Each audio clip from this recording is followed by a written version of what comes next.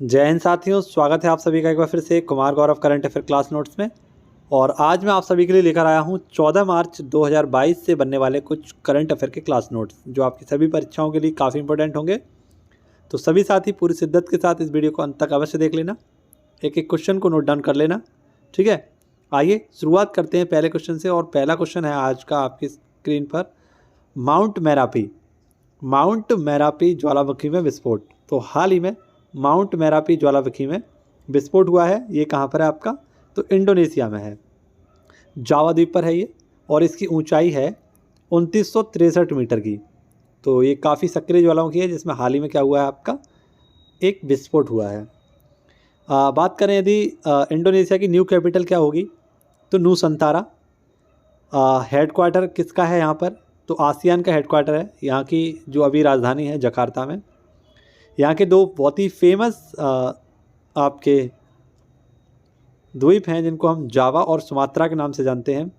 और यहाँ के वर्तमान में प्रेसिडेंट हैं जोको विडोडो। कौन है? जोको विडोडो यहाँ के वर्तमान में राष्ट्राध्यक्ष हैं। इसी प्रकार से आपको याद रखना है कि काकरतोवा ज्वालामुखी भी यहीं पर है, माउंट सिनाबुंग ज्वालामुखी यहीं पर है, और एक आपको याद रखना है एटना ज्वालामुखी, ये इटली में है। वेसुवियस ज्वालामुखी ये भी इटली में है। मोना लाव ज्वालामुखी ये आपका हवाई द्वीप में है। और हवाई द्वीप किसका प्रांत है? तो यूएसए का एक प्रांत है जो किस पर बसा हुआ है? ओहो द्वीप पर बसा हुआ है। नेक्स्ट है आपका कोटोपैक्सी, ये इक्वाडोर में स्थित है। विश्व में सबसे ऊंचाई पर स्थित जो आपका ज्वालामुखी है वो कौन सा है? कोटोपैक्सी है।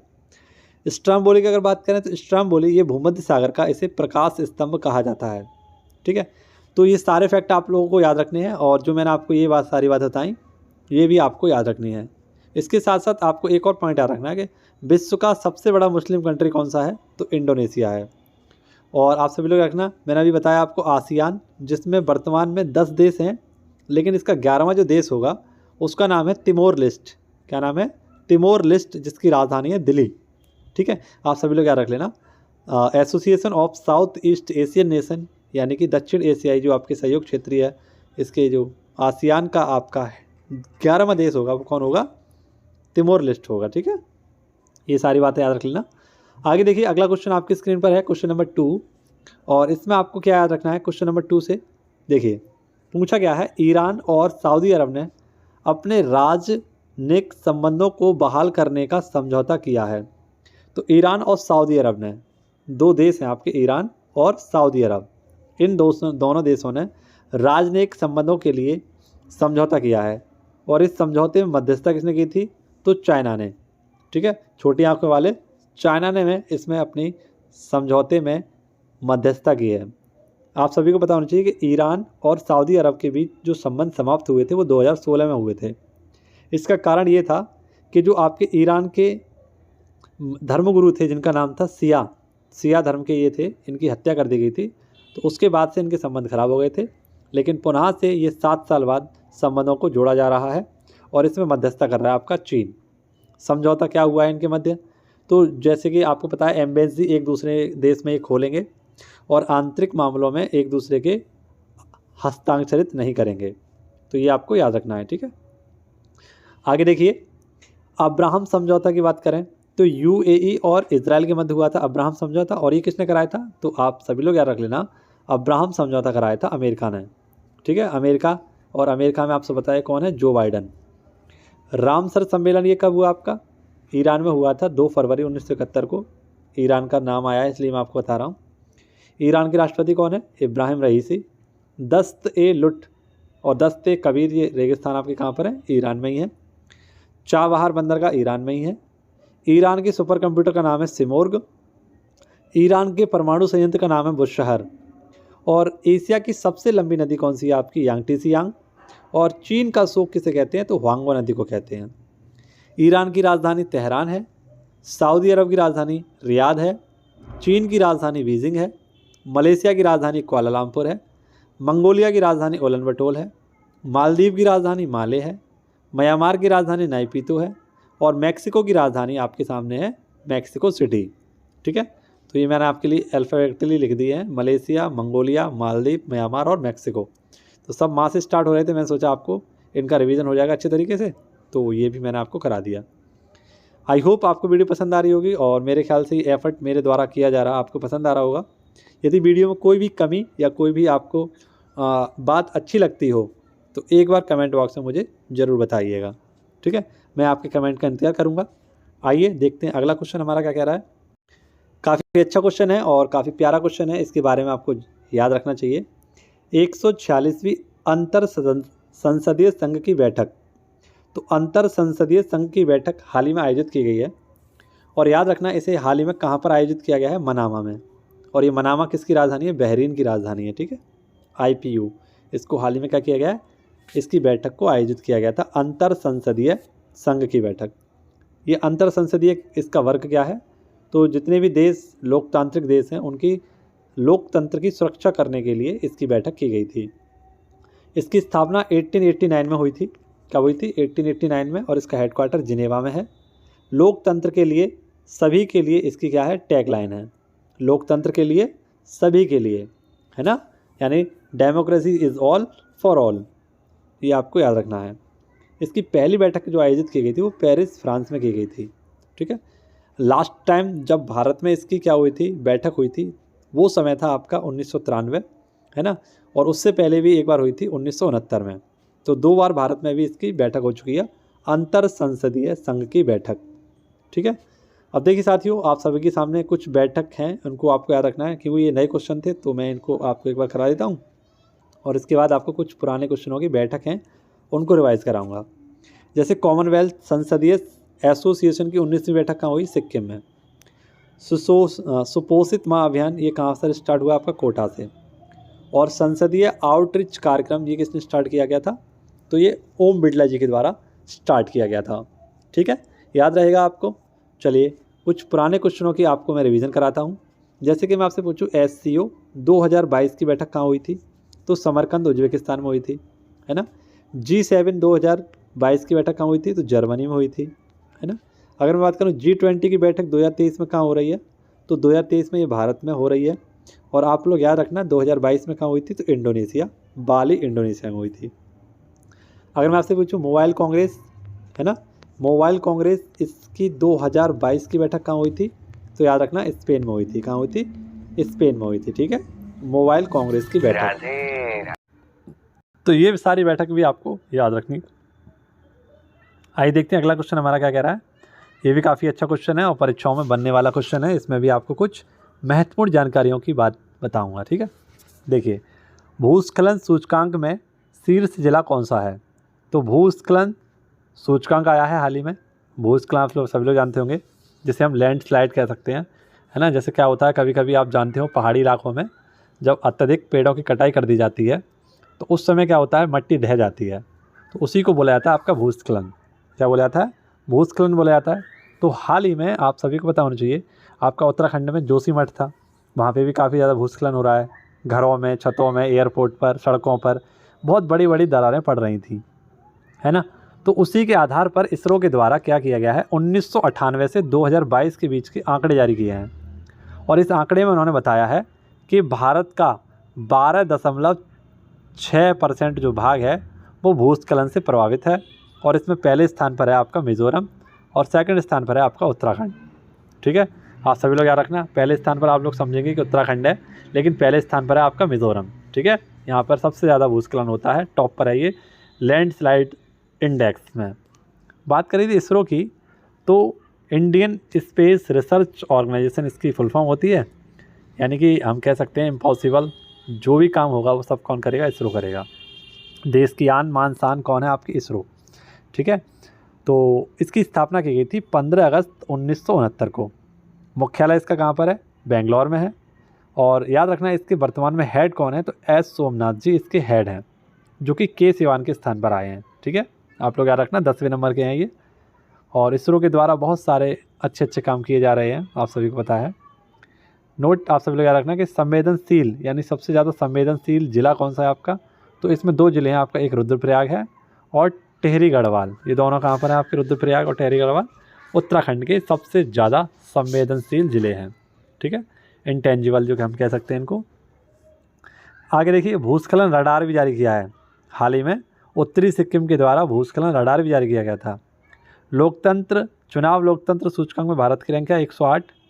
इंटेलेक्चुअल प्रॉपर्टी में भारत की रैंक है 142, इंटेलेक्चुअल प्रॉपर्टी सूचकांक में भारत की रैंक है 42। HDI में अगर हम बात करें, HDI में भारत की रैंक क्या है तो 132 है। खुशहाली सूचकांक यानी हैप्पी में बात करें तो 136 है। भुखमरी में अगर हम बात करें, हंगर में, तो भारत की रैंक है 107। तो तीनों की तीनों ये एच से शुरू होते हैं आपके, वर्ल्ड हैप्पी इंडेक्स, ठीक है। एक है आपका HDI ह्यूमन डेवलपमेंट इंडेक्स और एक है आपका हंगर इंडेक्स, ठीक है। तो इसमें आपको तीनों को याद रखना है, 132, 136 और 107। आइए अगला देखते हैं क्वेश्चन हमारा क्या कह रहा है। देखिए महिलाओं की, क्योंकि इस बार आपको पता है हमें 13 फरवरी को हमने मनाया राष्ट्रीय महिला दिवस। राष्ट्रीय महिला दिवस मनाया, उसके बाद आपको पता है अंतर्राष्ट्रीय महिला दिवस आ गया 8 मार्च को। उसके बाद 10 मार्च को आपका अंतर्राष्ट्रीय महिला न्यायाधीश दिवस आया, है ना, महिला न्यायाधीश दिवस कह सकते हैं हम उसे। तो राष्ट्रीय वाला था राष्ट्रीय महिला न्यायाधीश दिवस। तो इसी प्रकार से क्या हुआ है, महिलाओं की बहुत सारी दिवस आ रहे हैं, तो उसी के चलते सभी महिलाओं को कुछ ना कुछ खास पद दिए जा रहे हैं, है ना। ये या तो इस वजह से दिए जा रहे हैं या अब महिलाएं भी किसी से कम नहीं हैं, ऐसा हमारा देश समझ चुका है ना। तो महिलाओं को भी सेना में बहुत बड़ा चढ़ाकर हिस्सा दिया जा रहा है। तो उसी कड़ी में एक और चीज़ आपकी नई जुड़ गई है, उसको भी आपको याद रखना है कि लद्दाख में सेना की बटालियन की कमान संभालने वाली पहली महिला ऑफिसर कौन होंगी आपकी, तो वे बनी है आपकी कर्नल गीता राणा, ठीक है। लद्दाख में जो सेना होगी आपकी, उसकी बटालियन की कमान संभालेंगी वो भी एक महिला होंगी, कौन होंगी, कर्नल गीता राणा। इसी प्रकार से SSB की महानिदेशक कौन बनी थी, तो रश्मि शुक्ला, मैंने आपको बताया था। और इसके साथ मैंने आपको बताया कि इंडियन एयरफोर्स में कमांडेंट ऑफिसर कौन नियुक्त की गई थी, शैलजा धम्मी। यूपी की पहली महिला कमिश्नर किसे बनाया गया, तो लक्ष्मी सिंह को बनाया गया था। सियाचिन ग्लेशियर पर एकमात्र महिला जिसे तैनात किया गया, शिवा चौहान थी आपकी। भूटान में प्रोजेक्ट दंतक के लिए भारत की तरफ से जाने वाली ये कौन थी, सुरभि जखमोला, BRO के द्वारा इन्हें तैनात किया गया था। नेशनल गेम्स में पूजा पटेल ने योगासन में गोल्ड मेडल जीता। और सुखोई विमान, आप सभी को पता है सुखोई विमान विदेश में उड़ाया, यानी विदेशी धरती पर कोई लड़ाकू विमान उड़ाया, तो वे थी आपकी अवनी चतुर्वेदी। जापान में आपको पता है वीर गॉर्जियन युद्धाभ्यास हुआ था, उसमें इन्होंने ये कारनामा करके दिखाया था। तो एक साथ ही मैंने ये जितनी भी आपकी महिलाएं थी इनका रिवीजन कराने की कोशिश की है, और आई होप इस मेहनत को आप लोग समझ रहे होंगे, है ना। इस कम समय के रिवीजन को आप अहमियत दें, अपना प्यार दें, वीडियो को लाइक करें, शेयर करें दोस्तों के साथ, ठीक है। आगे देखिए और मेरे साथ आप बने रहिए। जिस प्रकार से आप डेली क्लास लेते हैं कुमार गौरव सर की, उसी प्रकार से रिवीजन के तौर पर आप इस क्लास को भी लेंगे तो आपको बहुत फ़ायदा होने वाला है। देखिए अगला क्वेश्चन आपका क्या कह रहा है, अगला क्वेश्चन भी काफ़ी इंपॉर्टेंट है। इलेक्ट्रॉनिक तीर्थ कॉरिडोर आखिर यार है क्या चीज़, तो पहले समझते हैं। जब भी आपका तीर्थ की बात आए तो उत्तराखंड पहले नंबर पर आ जाता है, ठीक है। और उत्तराखंड में ही आपकी 4 धाम यात्रा होती है, केदारनाथ है, बद्रीनाथ है, गंगोत्री है और यमुनोत्री है। तो इन सभी को आपको पूरा तय करने के लिए लगभग 900 किलोमीटर की दूरी को तय करना पड़ेगा। तो इस 900 किलोमीटर की दूरी को तय करने के लिए इलेक्ट्रिक व्हीकल चलाए जाएंगे, ठीक है। और इन इलेक्ट्रिक व्हीकल के द्वारा आप इस 900 किलोमीटर की दूरी को तय कर सकें, तो इसके लिए जगह जगह पर हर 30 किलोमीटर के दायरे पर क्या बनाया गया है, एक चार्जिंग स्टेशन बनाया गया है, ठीक है। एक चार्जिंग स्टेशन बनाए गए हैं, लगभग 30 ऐसे चार्जिंग स्टेशन होंगे इस दायरे में, ठीक है, जो आपको क्या करेंगे, यहाँ तक अपने गंतव्य तक पहुँचाएँगे। चारों धाम की यात्राएं आपको सुखद तरीके से कराएंगे। तो उसके लिए आपका बनाया गया है कौन सा, इलेक्ट्रिक तीर्थ कॉरिडोर उत्तराखंड में, ठीक है। अब देखिए उत्तराखंड से संबंधित आपके लिए कुछ इंपॉर्टेंट फैक्ट हैं। जैसे पहला लिक्विड मिरर टेलीस्कोप कहाँ खोला गया या इसका उद्घाटन कहाँ किया गया, उत्तराखंड में, देवस्थल उत्तराखंड। पहली महिला स्पीकर उत्तराखंड की कौन है, तो रितु खांडेरी है। जिम कॉर्बेट नेशनल पार्क का नया नाम क्या है, रामगंगा नेशनल पार्क। गणतंत्र दिवस परेड में बेस्ट आपका जो अवार्ड दिया गया था या बेस्ट झांकी का अवार्ड दिया गया, वो किसे दिया गया, मानस खंड को, ये भी उत्तराखंड का था। संभव पोर्टल ये उत्तर प्रदेश का है। उत्तराखंड की राजधानी कौन कौन सी है, तो देहरादून है और एक गैरसैंण है। उत्तराखंड और चीन से विवादित कौन कौन से क्षेत्र हैं, तो लिपुलेख दर्रा है और काला पानी। ये दोनों आपके किससे संबंधित हैं, तो आप लोग याद रख लेना, लिपुलेख और काला पानी उत्तराखंड और चीन से विवादित हैं, ठीक है। तो इनको भी आप लोग याद रख लेना। आई होप आपको ये क्वेश्चन भी पसंद आया होगा। आगे बढ़ते हैं, देखते हैं अगला क्वेश्चन हमारा क्या कह रहा है। ना संघर्ष ना तकलीफ तो क्या खाक मजा है जीने में, अच्छे अच्छे तूफान ढल जाते हैं जब आग लगी हो सीने में। क्या हार में क्या जीत में किंचित नहीं भयभीत में, ना क्या हार में क्या जीत में किंचित नहीं भयभीत में, कर्तव्य पथ पर जो मिला ये भी सही वो भी सही, हो कुछ भी हार नहीं मानूंगा, हो कुछ भी राह नहीं ठानूंगा। एक और ज़बरदस्त क्वेश्चन और उसके बहुत ही इम्पोर्टेंट प्यारे फैक्ट जो आपकी परीक्षा में आपको नंबर दिलाएंगे। तो जो भी साथी क्वेश्चन नंबर 7 तक पहुंच चुका है उसके लिए बेस्ट चीज़ आ चुकी है। क्वेश्चन नंबर 7 है आपका, वित्तीय संस्थागत विफलता के बाद के कारण बंद होने वाला अमेरिकी बैंक। तो वित्तीय संस्थागत विफलता के बाद क्या हुआ है, अमेरिका की एक बैंक बंद हो चुकी है जिसका नाम है सिलिकॉन वैली बैंक। ये अमेरिका की 16वीं बड़ी बैंक है यहाँ की, जिसकी स्थापना 1983 में की गई थी बिग स्टाफ और रॉबर्ट मैड्रिस के द्वारा। तो कोविड-19 में इन्होंने क्या किया, ब्याज की दर कम कर दी, लेकिन जैसे कोविड-19 खुला इन्होंने क्या किया, ब्याज की दर को बढ़ा दिया। तो सभी लोग अपने पैसे को मांगने लगे। तो क्या हुआ, एक प्रकार से यहाँ पर वित्तीय जो संस्थागत तरीका होता है, इन्फ्लेशन जो होता है वो बढ़ गया और इस कारण इस बैंक को बंद होना पड़ा। ठीक है, देखिए अब ये जो क्वेश्चन है आपके लिए काफ़ी इंपॉर्टेंट है। हालांकि वो क्वेश्चन नहीं पूछा जाएगा आपसे, केवल इतना पूछा जाएगा कौन सी बैंक हाल ही में बंद हो गई थी। तो सिलिकॉन वैली बंद हो गई थी आपकी बैंक, जो कि अमेरिका की 16वीं बड़ी बैंक है। ठीक है, अब ये क्वेश्चन देख लीजिए, ये इंडिया के क्वेश्चन है और आपके लिए इंपॉर्टेंट क्वेश्चन है।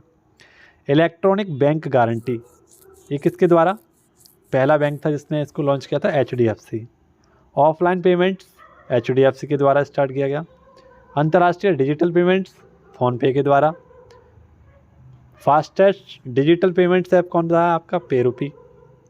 हर पेमेंट डिजिटल मिशन किसके द्वारा स्टार्ट किया गया, RBI के द्वारा। तैरता हुआ ATM किसके द्वारा स्थापित किया गया, SBI के द्वारा। गोल्डन ATM हैदराबाद में। और सिडबी बैंक का मुख्यालय कहाँ पर है आपका, तो याद रख लेना ये है आपका लखनऊ में। RBI की अगर हम बात करें, RBI का मुख्यालय कहाँ पर है, मुंबई में। कब आया था ये, 1937 में। ठीक है, उससे पहले कहाँ था, 1935 में, तो ये कलकत्ता में था। ठीक है, ये भी आप लोग याद रख लेना। अब इस क्वेश्चन में आपके लिए कुछ इंपॉर्टेंट बुक्स लेकर आया हूँ। ठीक है, और 2 इम्पोर्टेंट फैक्ट भी हैं आपके लिए जो आपकी परीक्षाओं में आपको थोड़ा सा आगे लेकर जाएंगे। बुक का नाम है आपका as good as my word. ये ऑटोबायोग्राफी है KM चंद्रशेखर की। KM चंद्रशेखर ये पूर्व कैबिनेट सचिव थे आपके, 2007 से 2011 के मध्य ये कैबिनेट सचिव रहे थे, जो कि IAS का सबसे बड़ा पद है। ठीक है, इनके इस काल में यानी 2007 से लेकर 2008 के बीच में कौन कौन सी घटनाएं घटित हुई थी उसके बारे में उन्होंने जानकारी प्रदान की है। जैसे 2008 में मंदी आई थी, 26/11 हमला हो गया, 2010 में कॉमनवेल्थ घोटाला हो गया, 2G स्पेक्ट्रम घोटाला हो गया आपका। तो इन सभी की चर्चा इन्होंने इस ऑटोबायोग्राफी में की है।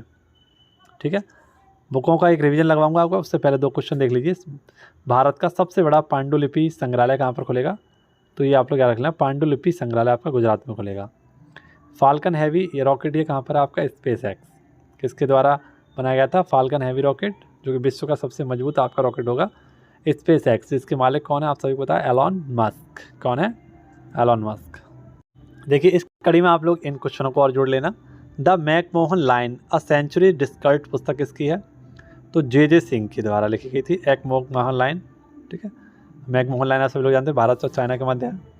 विमोचन इसका किया था राजेंद्र विश्वनाथ, जो कि हिमाचल प्रदेश के गवर्नर थे पूर्व। ठीक है, और JJ सिंह ये अरुणाचल प्रदेश के पूर्व गवर्नर हैं। ठीक है, अष्टांग योग बुक्स किसकी है, सोनू फोगाट की। The golden boy Neeraj Chopra ये किसकी है, नवदीप सिंह गिल की। The boy who wrote the constitution Rajesh तलवार की है। टॉम्ब ऑफ सैंड ये डेजी रॉकवेल की है। नेक्स्ट है आपका हिंदी वर्जन, इसका किसने लिखा था, गीतांजलि राव ने। इन्हें अंतर्राष्ट्रीय बुकर पुरस्कार से सम्मानित किया गया था। The struggle for police reform in India ये प्रकाश सिंह की है। द 10 ट्रिलियन ड्रीम्स ये सुभाष चंद्र गर्ग की है। अगला क्वेश्चन देखिए, बेंगलोर मैसूर एक्सप्रेसवे का उद्घाटन किसने किया है, मोदी जी ने किया है, और इसकी लंबाई है 119 किलोमीटर। किस NH में पड़ेगा, तो 245 NH में पड़ेगा। दिल्ली मुंबई एक्सप्रेसवे की कुल लंबाई कितनी होगी, तो 1386 किलोमीटर। NH7 का नया नाम क्या होगा, NH44। नेक्स्ट देखिए, आरोग्य महिला योजना। तो आरोग्य महिला योजना ये तेलंगाना सरकार के द्वारा और स्वास्थ्य मंत्री यहाँ के T हरिशंकर राव इनके द्वारा इसे स्टार्ट किया गया महिला स्वास्थ्य कार्यक्रम है ये। इसी प्रकार से यहाँ पर एक रायतु योजना स्टार्ट की गई थी तेलंगाना में। और तेलंगाना की अगर हम बात करें तो तेलंगाना की लोकसभा सीटें कितनी है, 17, राज्यसभा सीटें 7, विधानसभा सीटें 119 और विधान परिषद सीट कितनी है, 40। स्माइल योजना ये भिखारियों के उत्थान के लिए थी। प्रमुख योजनाओं पर बात कर लेते हैं। पीएम श्री योजना स्कूल से संबंधित थी आपकी, ठीक है। 1450 स्कूल नए खोले जाएंगे आपके डेवलप के लिए। निपम पहल इंटेलेक्चुअल प्रॉपर्टी के लिए थे, संबंधित था। उज्ज्वला 2.0 योजना ये 10 अगस्त 2021 को स्टार्ट की गई थी महोबा उत्तर प्रदेश से। सार्थक योजना ये शिक्षा मंत्रालय के द्वारा। निधि 2.0 योजना पर्यटन को बढ़ावा देने के लिए ओम बिड़ला। पर्वत धारा योजना हिमाचल प्रदेश। नैथना बीमा योजना तेलंगाना की है। Medicine from the sky Telangana. मुख्यमंत्री मितान योजना छत्तीसगढ़। और अम्मा योजना और बहनी योजना किसकी है? सिक्किम सरकार की। तो ये योजनाएं थी आप सभी के सामने। ये पूरा स्लाइड जो मैंने आपको कराया करंट अफेयर क्लास नोट्स आपको कैसे लगे कमेंट बॉक्स में एक बार ज़रूर मुझे बता देना। जो भी आपको खास बात इस क्लास की लगती है मुझे एक बार बता देना, जिससे कि मैं कोई अगर कमी छोड़ रहा हूँ इस क्लास में तो वो कमी मुझे पता चल सके और उन कमियों को मैं पूरा कर सकूँ। और अगर कोई अच्छी बात लगती हो आपको इस क्लास की तो वो भी मुझे कमेंट बॉक्स में ज़रूर बता देना। इससे मुझे थोड़ा सा एनर्जी बूस्ट मिलेगा, है ना, मोटिवेशन बूस्ट मिलेगा, जिससे मैं आपको डेली और भी बेहतरीन तरीके से वीडियो प्रोवाइड करा सकूँगा। तो इसी आशा के साथ मैं इस वीडियो से अलविदा लेता हूँ, ठीक है। मिलते हैं अगली वीडियो में। आप कमेंट ज़रूर करना इन बातों के लिए। मिलते हैं अगली वीडियो में। धन्यवाद। जय हिंद, जय भारत, वंदे मातरम। भारत माता की जय रहे। मस्त रहिए, खुश रहिए, व्यस्त रहिए। धन्यवाद। जय हिंद, जय भारत।